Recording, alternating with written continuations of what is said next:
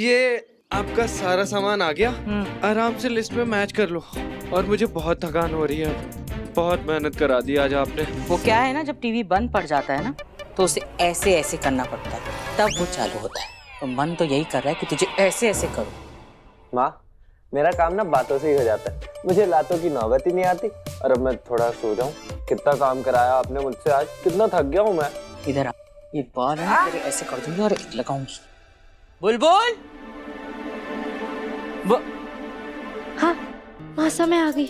इस बार आपको 3 तो क्या 2 बार भी आवाज नहीं लगानी पड़ी, पहली आवाज में ही मैं आ गई। अच्छी बात है।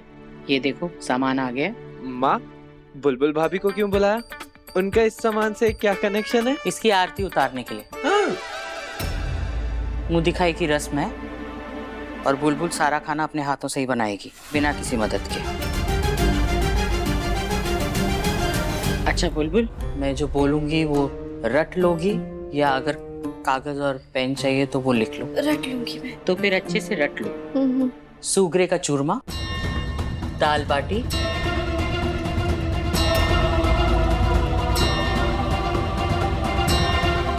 सब बना लोगी ना?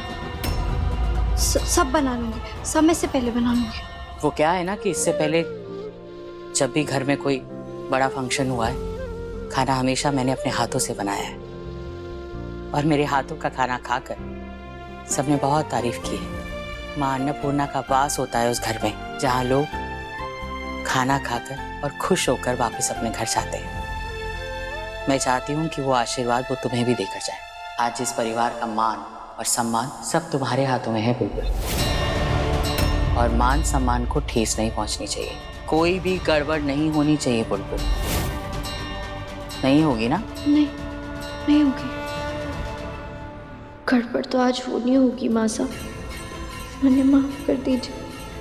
लेकिन अगर मैंने इस घर से निकलना है तो आज मुंह दिखाई की रस्म में कुछ भी अच्छा ना होगा। क्या हुआ, बना लोगी ना सब? मैं ये सोच रही थी कि मैं मीठे में क्या बनाऊं? रबड़ी, केसर वाली रबड़ी बना लो। केसर वाली रबड़ी बना लूंगी। अभी आ रही हो? श्योर आप ये सब बना लोगी? उसने कहा ना कि वो बना लेगी तो बना लेगी। और वैसे भी कोई भी उसकी मदद नहीं कर सकता, वो अकेले सब कुछ बनाएगी और अच्छे से बनाएगी। आप चिंता मत करिए मासा, मैं सब कुछ समय से पहले बनाकर रख दूंगी सामने आपके। ठीक है। अच्छा सुन, तू ना ये लेकर वहां जरा, मैं 1 सेकेंड।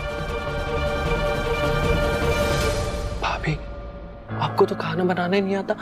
हाँ क्यों बोला माँ को? कैसे बनाओगे इतना सब कुछ? नहीं आता था वायु भैया, पर अब आता है। जब मैं पग फेरे की रस्म के लिए अपने मायके गई थी ना, तो मैंने सब कुछ सीख लिया था।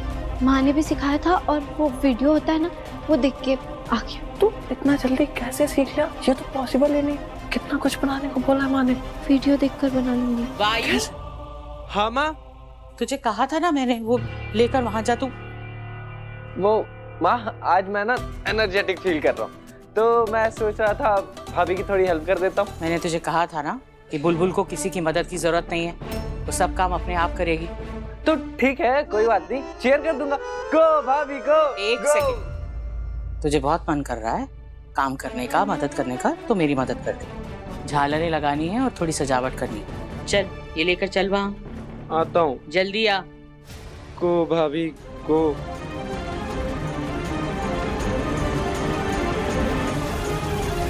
वही तो करना है वायु भैया, को करना है अपने आप को इस घर से। अलादीन अधूरा बिना चिराग के जिन, बुलबुल धारा सासरे में आज आखिरी दिन। आज हमारे परिवार के पूरा होके खुश होने का पहला दिन है। बिल्कुल ठीक कह रहे हो पापा। आज फाइनली मुझे लग रहा है कि इस घर में खुशियां वापस आ गई। देख भाई, कोई माने कि न माने, मैं तो यही मानूं कि बुलबुल बिंदनी के कदम इस घर के लिए शुभ है। अब तू ही देख ले, 3 साल, पिछले 3 साल से थारी माँ कोमा में थी। हमने तो वापस आने की उम्मीद तक छोड़ दी थी, और अब देख बुलबुल बिंदनी बन के क्या आ गई घर में। बड़ी खुशियां लौटाई, हमारा परिवार पूरा हो गया। हमारा तो ये दावा है। कि जब तक बुलबुल बिंदनी इस घर में रहेगी हमारे घर की खुशियां कटे भी ना जा सके। पापा मैं मानता हूँ कि आप ठीक कह रहे हैं, लेकिन इतने समय के बाद आज घर में इतना बड़ा फंक्शन है। आप देख रहे हैं ना, माँ के लिए हर छोटी छोटी चीज कितनी जरूरी है। आई जस्ट होप कि बुलबुल आज कोई गलती ना करे।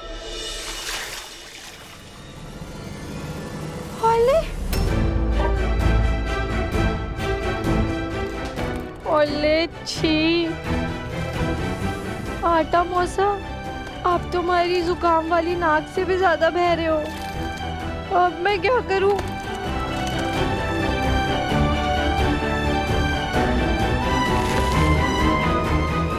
अब आटा ज्यादा डाल दिया।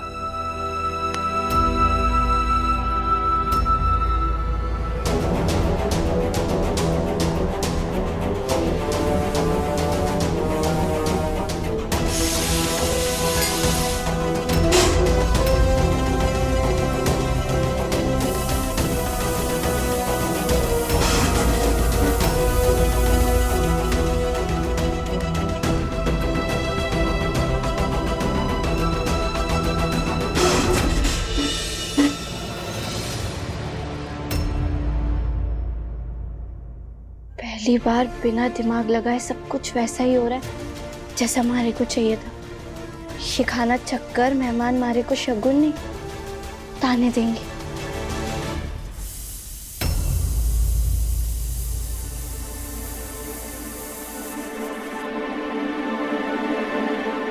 तू रो क्यों रही है बुलबुल? तू तो यही चाहती थी ना कि खाना इतना गंदा बने कि मासा खुद थारे को इस घर से बाहर निकाल दे, ताकि थारे नकली बर्थ सर्टिफिकेट का सच बाहर ना आए।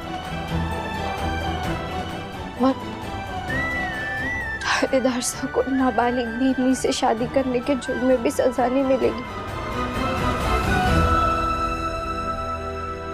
खुड़की ढेली तो कहती है कि मेहमान भगवान का रूप होते हैं, मैं उन्हें खाली पेट कैसे भेज दूं? नहीं, खाना गंदा नहीं बना सकती।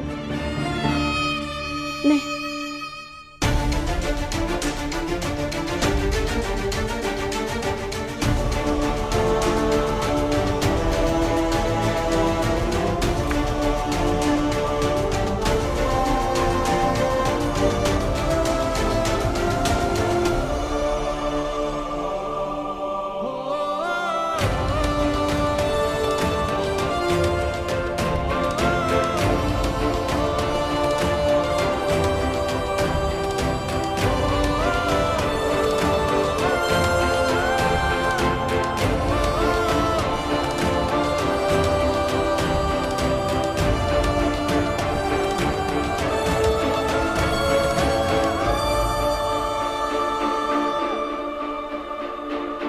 अरे इसमें तो मेवे ही नहीं डाले।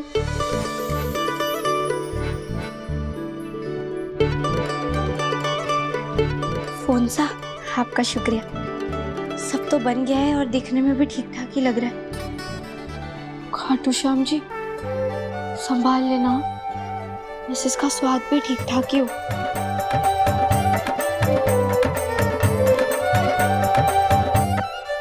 हमारी गुड़ की ढेली जितना स्वादिष्ट तो नहीं है, पर ठीक ठाक के बनाया तुमने।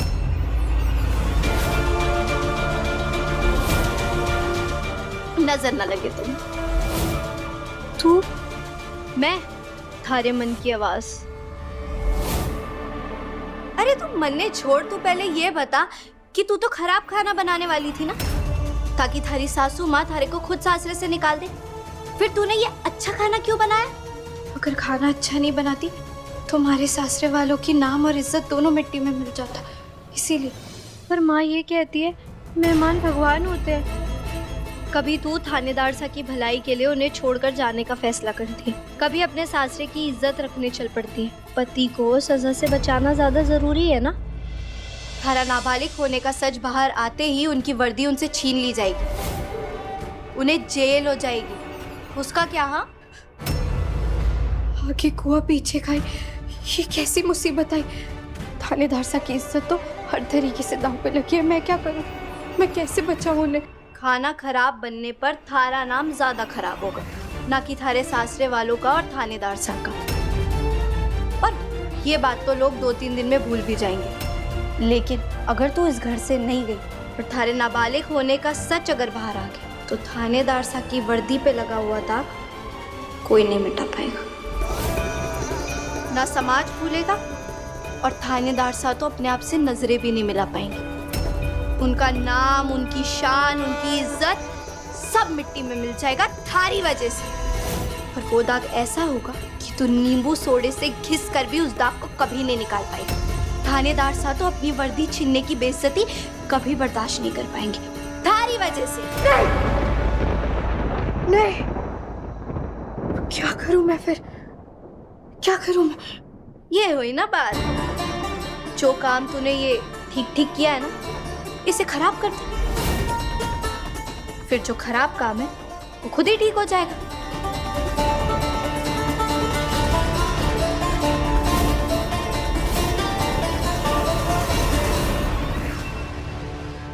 ये ले नमक, अब इसे दाल पकवान की दाल में डाल दे। अरे दाल,